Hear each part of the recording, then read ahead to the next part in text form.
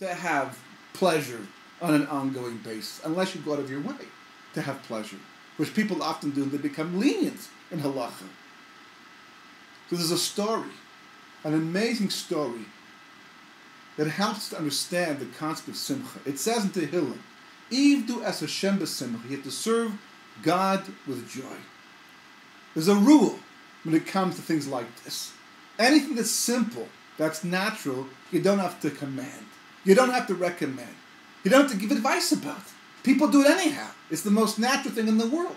If we have to point out, Ivdu es Hashem b'simcha, it's because simcha is not a simple thing. And not because of financial stresses, and not because people have physical problems. That's all part of the part of the issue as well. But even healthy, happy people who have money, even healthy people who have money aren't always happy.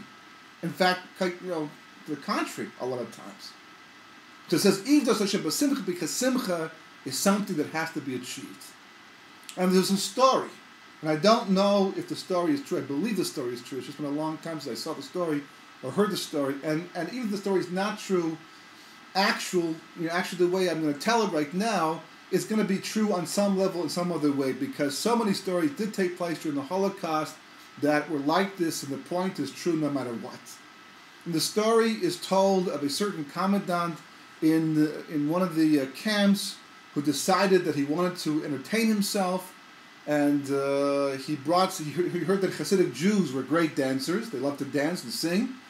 And he commanded that some be brought before him, which they were. And they were brought in, not sure what the reason was. And he said to them, I want you to dance. And they look at each other. What are you talking about?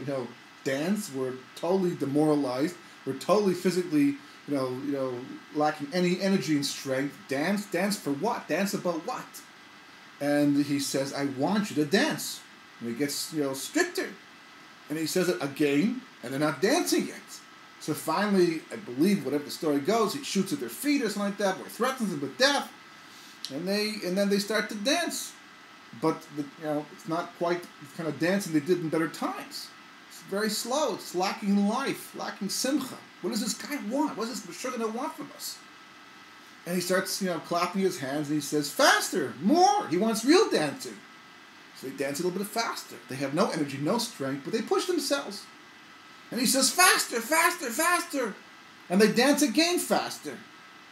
And all of a sudden, after a few more minutes, they get into it. They start dancing, they close their eyes. They're holding each other, by the arm. They start to recall better times. And they start to get into it. And they get so into it, they forget where they are and who's making them dance and why they're dancing. They dance anyhow.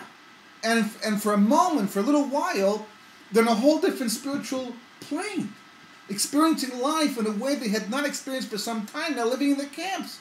It made no difference where they were at that moment in time. It made no difference that they hadn't eaten very much, or their health was wanting, tremendously. Or maybe perhaps they lost family members already, and all the horrors they had seen. For that moment in time, they were dancing with joy, and they were taken up in the moment. Eventually what happened, the commandant realized these guys were enjoying themselves. And that bothered him, of course, because Nazis, Machshmam, Amalek, that a Jew should enjoy himself, especially at the expense of an Amaleki. Forget it. And he commands them now to stop. He loses his smile. He stops smiling and says, you have to stop. And now they won't stop.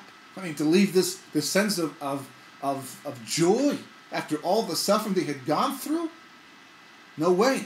They keep dancing. They forget about the consequences. And he commands them again and threatens them till eventually they won't stop. Because if they're going to go, this is the way to go. And he shoots them all down on the spot. And they end their lives with a sense of joy in the darkest of moments in history. Remarkable story. Because there's a difference between simcha and oneg. We have oneg Shabbos, simchas yantiv. Are they the same thing? No. They're different. Different halachas, different reality. Oneg Shabbos, you have to enjoy yourself. If you are somebody, the halacha says, and this is extreme, I've never been anybody like this, but if you are somebody who enjoys fasting more than you enjoy eating, not that you enjoy losing weight and that you'd rather have the food if you could, but that you have a better metabolism, but you actually enjoy not eating. Once in a while you meet a person who really does not quite enjoy eating, then halachically you could fast on Shabbos, even though there's a mitzvah 3 meals. How do you make kind of 3 meals? So some say through Divrei Torah. There's other ways of doing it, perhaps in extreme situations. For the rest of the people enjoy eating, that's the mitzvah, Oneg Shabbos. But on Yantif, the Gemara says, Ein simcha ela b'basar v'yayin.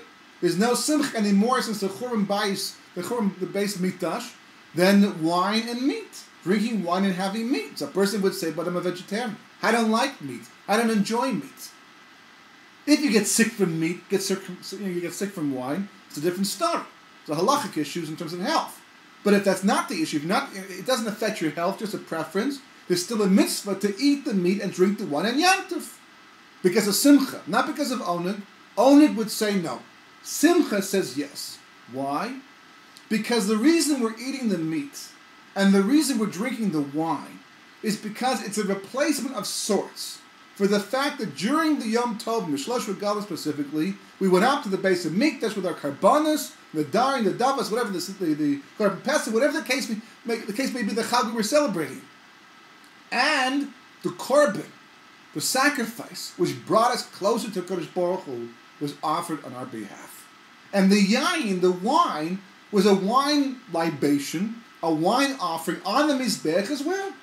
So the eating of the meat and the drinking of the wine is a throwback to the times of the base of Mikdash, when the Jewish people were able to actually sense and feel the Shekhinah in Yerushalayim and carry it with them till the next Chag all year round, if you could rebuild it back at home as well. But it was a revitalization, a rejuvenation, in every sense of the term. And the eating of the meat and the drinking of the wine is like those Hasidim dancing in a circle, closing their eyes, even though the times right now are not really joyful per se like they once were, but we can go back there in our minds, because simcha is a function of understanding. Simcha is a function of intellect. Oneg is a function of physical pleasure. You eat something, you enjoy it, like Chod Shabbos Kodesh, like Chod Shabbos Kodesh, you eat it, the senses are enthralled by it, they say, this is for Shabbos, and it elevates the Shabbos experience. You put on nice clothing, this clothing is for Shabbos, and it elevates experience in the end. But when we eat the meat and drink the wine, it's because we recall the entire history of the relationship of the Jewish people with the Kodesh Baruch Hu. What once was going to be Yemos Mashiach, and it carries us through the Galus right now. It takes us through the exile right now. Ke'ilah, we close our eyes and dance in a circle and reach a level of consciousness of connection to Kodesh Baruch Hu in spite of the situation, in spite of the circumstances. And that's what the Torah is saying. You lost the consciousness. You lost the thread. You left the undercurrents. As a result of that, you cut yourself off historically from the past and the future, and now you simply became good soldiers. That's it, if that at all. If you even became good soldiers, because the next generation will not be good soldiers. If they're not attached, if they're not hooked in, like the Haggadah does. What does the Haggadah do? It hooks you in. It tells you about the past, it tells you about the future, so you can appreciate the present. That's simcha. Simcha is the pleasure you feel from knowing the past, appreciating what's going to happen in the future, and feeling the experience right now. Oneg is a physical reality. And it helps. Also by Yantif as well. But the simcha is an intellectual level of realization. And that realization stimulates the mind. And the mind stimulates the body. And even in spite of the most dire circumstances, a person can feel joy at a moment like that. How much more so if they're not dire circumstances, but everyday life. You're free to serve HaKadosh Baruch Hu according to what the Torah says. And you're hooked in. And the joy you have in that simple mitzvah is a Kiddush Hashem. To you, to the world, brings more Kedushin to the world. As a result of that, you are enthralled by what you're doing. Your children and your neighbors become enthralled by what you're doing and do it into their own lives as well. The Jewish people remain strong, and together we're able to bring Gula Shlema, Achishena, peacefully, and not through all the kalalas that have happened historically until this point in time.